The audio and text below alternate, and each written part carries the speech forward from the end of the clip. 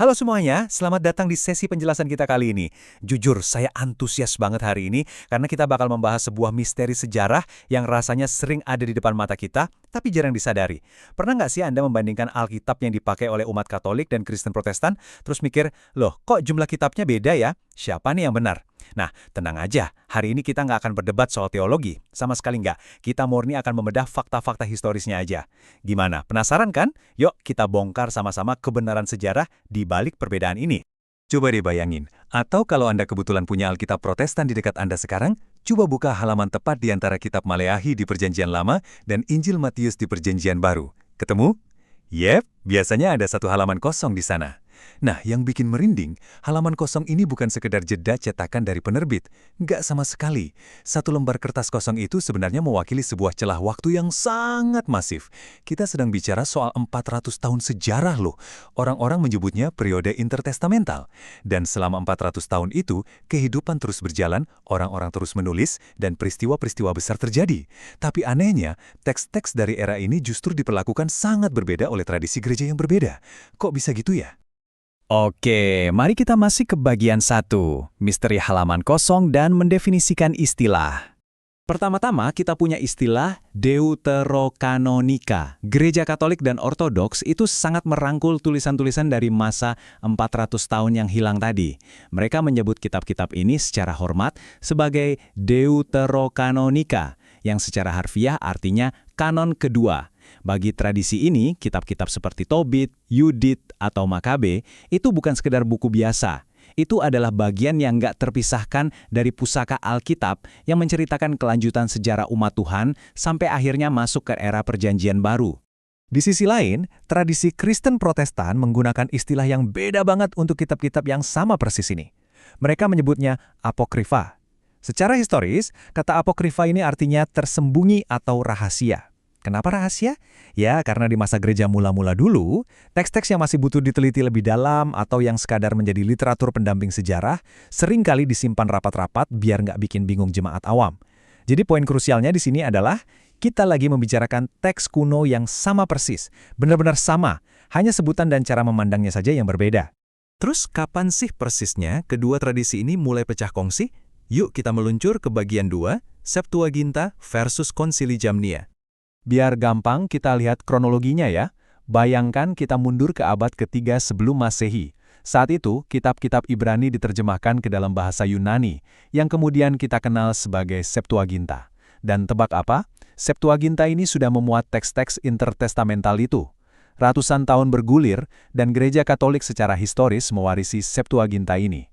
Nah, di sisi lain, pada abad ke-1 Masehi, para rabi Yahudi mengadakan yang namanya Konsili Jaminia. Terus kita lompat cepat ke abad ke-16, para tokoh reformasi Protestan memutuskan untuk menyelaraskan perjanjian lama mereka dengan hasil keputusan dari konsili Yahudi di Jaminia tersebut, bukan dari Septuaginta Yunani. Memangnya ada apa sih di konsili Jamnia abad pertama itu?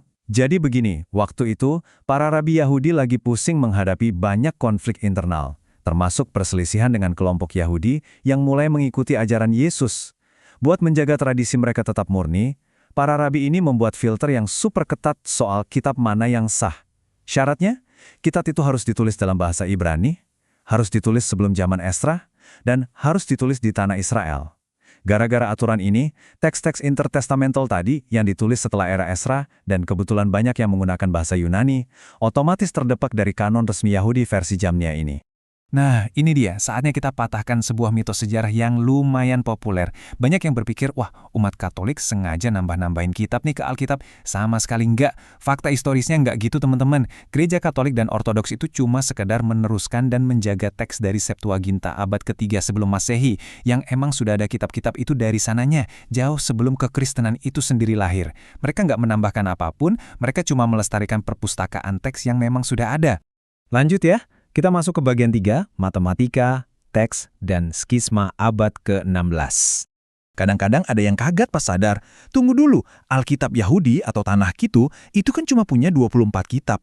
Terus perjanjian lama Protestan ada 39 kitab. Pasti isinya beda dong. Nyatanya, enggak sama sekali. Isinya 100% sama. Bedanya murni cuma di cara mereka menghitung dan mengelompokkannya aja. Tradisi Yahudi itu menggabungkan kitab 1 dan 2 Samuel jadi satu buku. Terus 12 nabi kecil dari Hosea sampai Maleaki dijadikan satu gulungan saja. Sementara tradisi Protestan memisah-misahkan itu jadi buku-buku individual. Jadi ya, beda angka itu bukan berarti beda isi, cuma beda cara berhitung aja.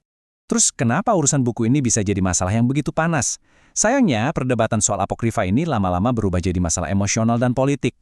Permusuhan sengit soal kitab-kitab ini sebenarnya adalah semacam sisa trauma dari abad ke-16, yaitu zaman reformasi Protestan yang digerakkan oleh tokoh-tokoh seperti Martin Luther. Waktu itu, ketegangan antara Katolik dan Protestan lagi panas-panasnya. Pokoknya, apapun yang berlabel Katolik seringkali langsung ditolak mentah-mentah sama kelompok Protestan saat itu, dan juga sebaliknya. Jadi, penolakan tajam terhadap kitab-kitab halaman tengah ini sebenarnya lebih banyak didorong oleh hawa panas dan konflik politik masa lalu.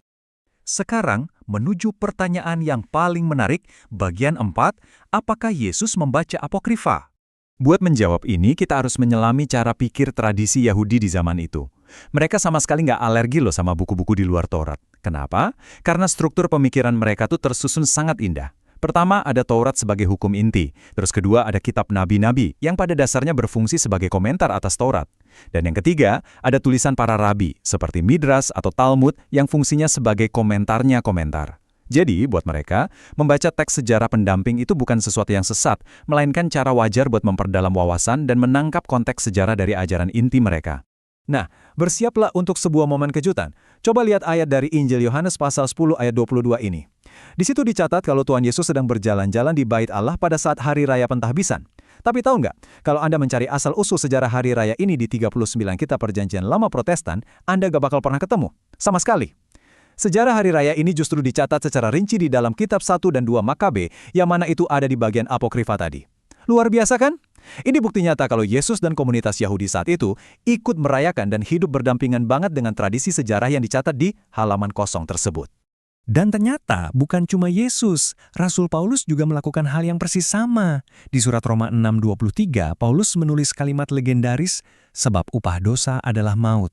Banyak yang mengira ini murni kutipan orisinal ciptaan Paulus. Padahal ini adalah gema yang kenceng banget dari tradisi Midrash para rabi Yahudi waktu mereka mengomentari kitab Kejadian soal kejatuhan Adam.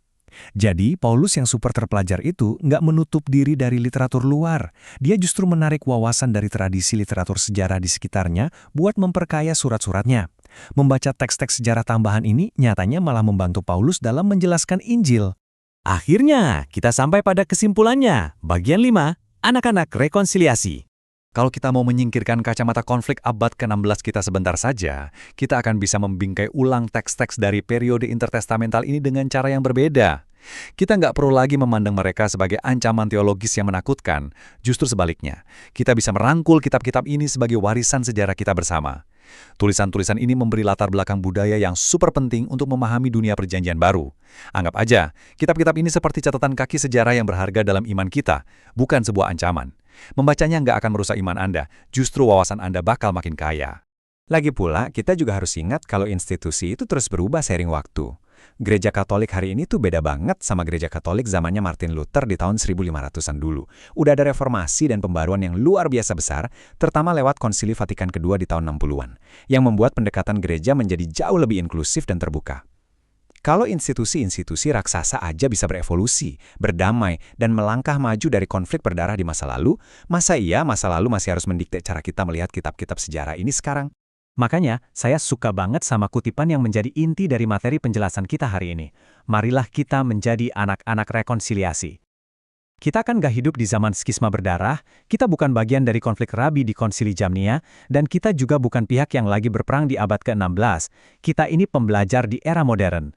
Dan sebagai anak-anak rekonsiliasi, kita punya hak istimewa yang luar biasa buat menghargai dan memetik pelajaran dari warisan literatur kuno dari manapun sumbernya, demi memperluas kecerdasan dan wawasan sejarah kita. Jadi pada akhirnya, keputusan ada di tangan Anda. Akankah Anda terus membiarkan permusuhan sejarah dari abad ke-16 memecah belah dan membatasi cara Anda melihat masa lalu? Atau Anda siap membuka pikiran, melihat halaman kosong tadi sebagai harta karun sejarah yang menakjubkan dan membiarkan warisan bersama ini memperkaya pemahaman Anda? Semoga penjelasan kali ini berhasil memicu rasa penasaran Anda untuk terus menggali sejarah di balik teks-teks kuno yang kita baca saat ini ya. Terima kasih banyak sudah bergabung dan menyimak penjelasan hari ini sampai habis, dan teruslah menjadi pembelajar yang antusias.